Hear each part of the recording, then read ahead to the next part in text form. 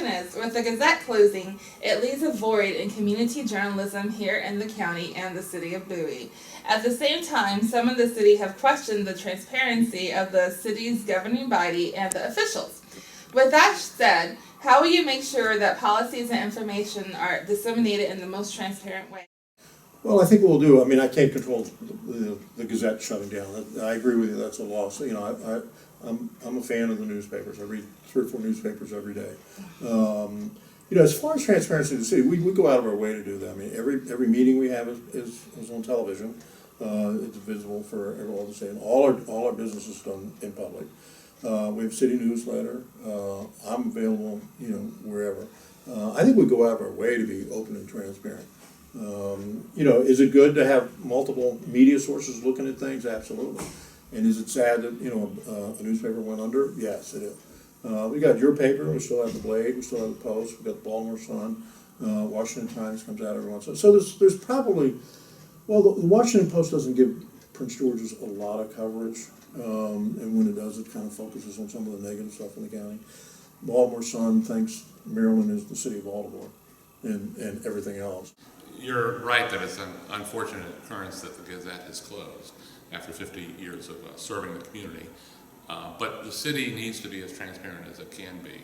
The city needs to use the city government, the staff, the elected officials need to use all available media to get the word out, whether it's social media, whether it's the print media, whether it's the electronic media.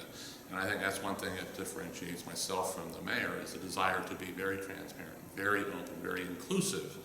And I think what we need to do is reach out and include people and inform people of issues as they are developing rather than spending a lot of time at the staff level or a lot of the time in executive sessions with the council, making decisions that really should be done in the lightness of day, open in front of the public. Use the means that we are currently using here in the city and also the Freedom of Information Act. Basically, I'm going to go by the book.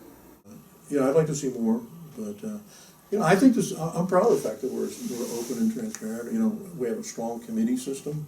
You know, where everything we do is reviewed by committees and stuff like that. You know, I don't know how many communities won't even start the consideration of a land use or a zoning project without routing it through a community group first.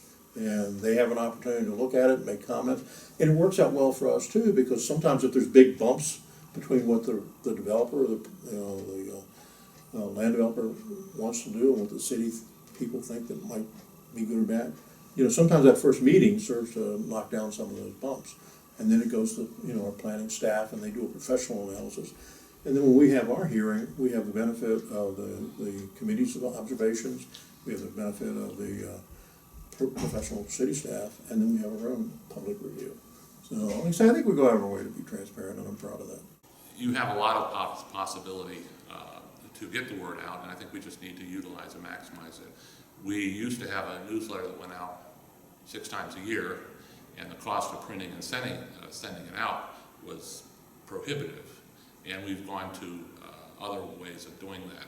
So I think, but still, it's not the city putting the information out and reporting it, because that's not the role of the government, but rather getting the information out to the citizens is very important.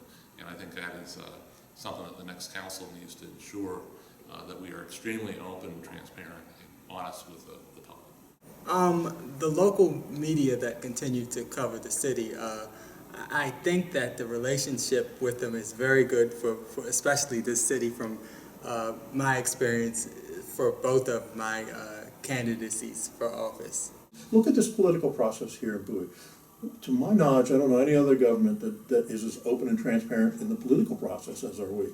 I have to file a report by the 15th of every month that says every dollar that came into my campaign, every dollar that went out of my campaign.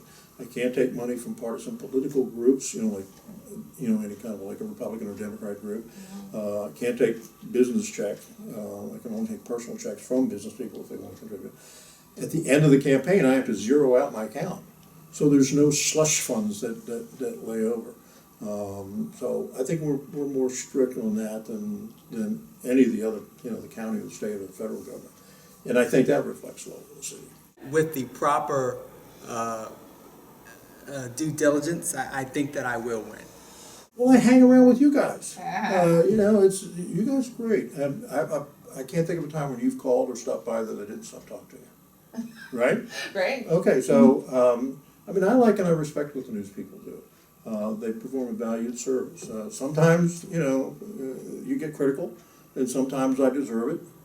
But I appreciate the give and take, and I appreciate the opportunity for an independent voice to tell the community, this is what we see happening, and this is how we see it. And I like to say, if you look at one of my campaign flyers, you know, it's a little different than the typical that you see. I said, yeah, I think the city's doing well, but don't take my word for it.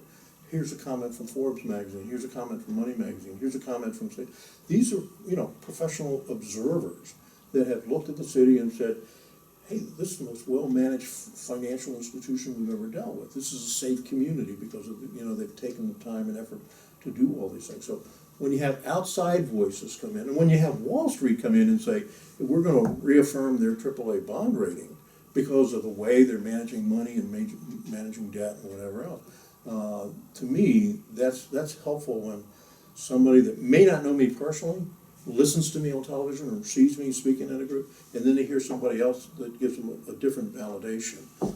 So I think that's incredibly important.